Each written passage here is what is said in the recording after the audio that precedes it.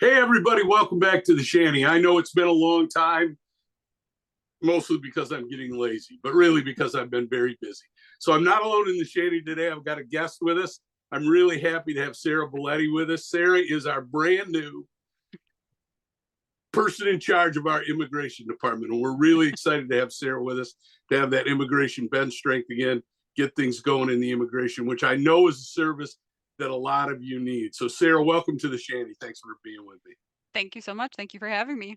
It's a pleasure. So let's talk about immigration because we do get a lot of questions on immigration from time to time, and I know you're focusing on business immigration. Um, One of the things that I'm curious about, Sarah, is we get a lot of questions every once in a while about somebody coming over. You've got a company here in the United States. They've got a foreign affiliate, and they're bringing somebody over on a what I refer to as a business visa, a B visa. Um, and they're just going to have that person work for a little while and go back. Does that create a problem? Tell us a little about these B visas and what you can Sure. do on them. Sure, absolutely. So, a B1, B2 visitor visa is a very common avenue for foreign nationals to enter the US as a business visitor. So, B1 is business visitor and B2 is tourist, basically like what where most of us would enter any foreign country on when we're going there for vacation. So, where I see issues with the B1, B2 is especially for foreign nationals that live in like one of the major European countries, they can come to the US with relative ease and they can get those visitor visas fairly easily. And usually they're not questioned too much when they enter the US. So I think companies do use them all the time to sort of move people around and come into the US to do their job in the US as well. But it becomes an issue over time because that B1 category is limited to only certain things that the foreign national can do while in the US that are things that are outside of the scope of their day-to-day responsibilities. So they're things like meetings, like consult with business associates or attend a conference, negotiate contracts is one of them.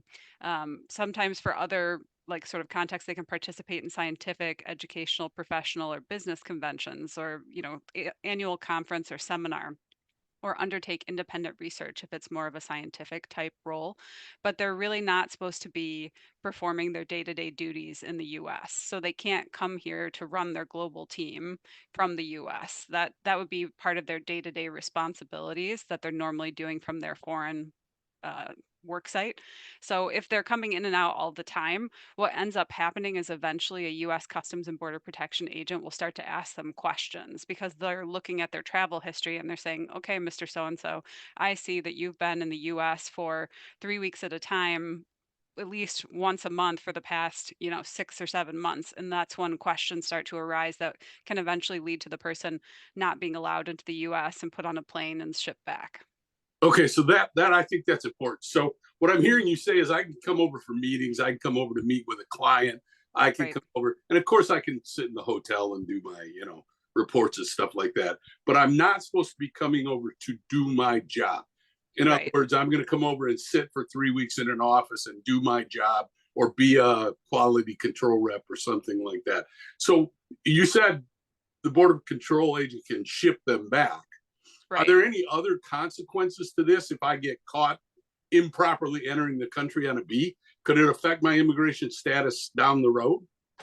Well, so if I think usually the first time, if they're really gonna give you a hard time about it at the entry point, then you're gonna be barred from entering the US that time, meaning you're gonna be put on a plane and sent back. If you continue to try and do it, like once that happens, once you're put on a plane and shipped back, there are notes then in your CBP sort of like file that future officers can see when you seek admission to the US. So if you try and come back again, and it's not for a proper purpose, like similar questioning happens and they don't like your answers, then you could eventually get a 5-year bar from returning to the US, or you could have your visa canceled, your B1, B2 visa canceled by the US Department of State or not renewed. Because Customs and Border Protection and the US Department of State are separate, but there is some level of coordination Okay. between them.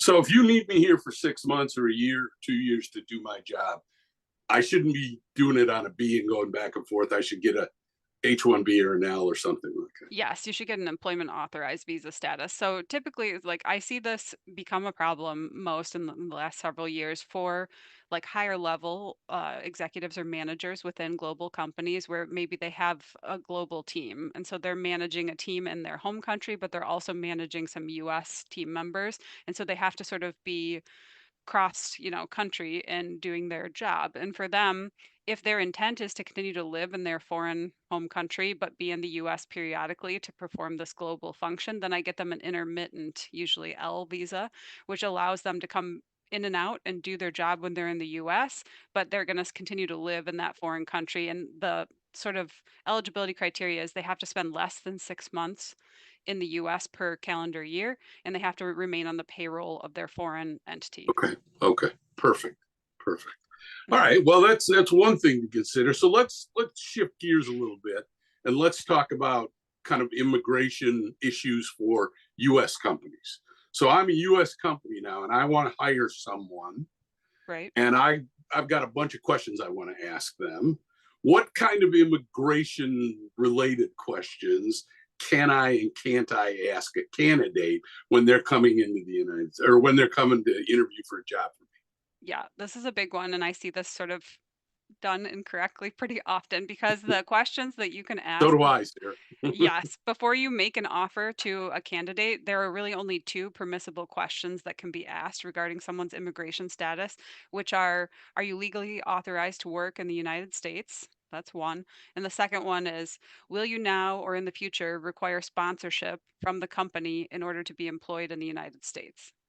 So those are the two ones. Are you legally authorized to work? Will you now or in the future require sponsorship to work in the US?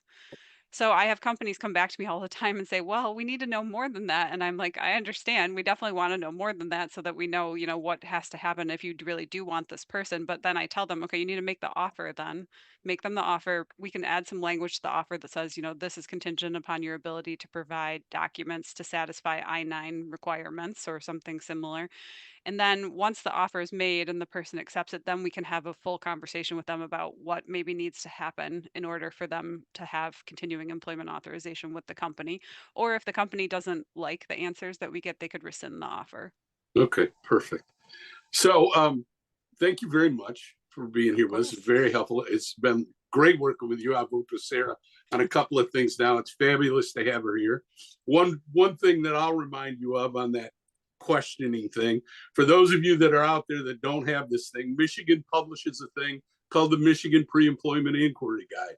And it tells you what questions you can ask, not just immigration questions, but all the questions you can ask about race and ethnicity and marital status and all the things you can ask. If you hire people, you should have a copy of that on your desk all the time, every time. It's a really good thing to have. Sarah, thanks a million for joining us. For Thank you. those of you that haven't met Sarah yet, I hope you will in the future. I know she's got some plans to do some things, so you'll probably see her face again, and we'll have her back real soon. Great seeing everybody. We'll see you next time.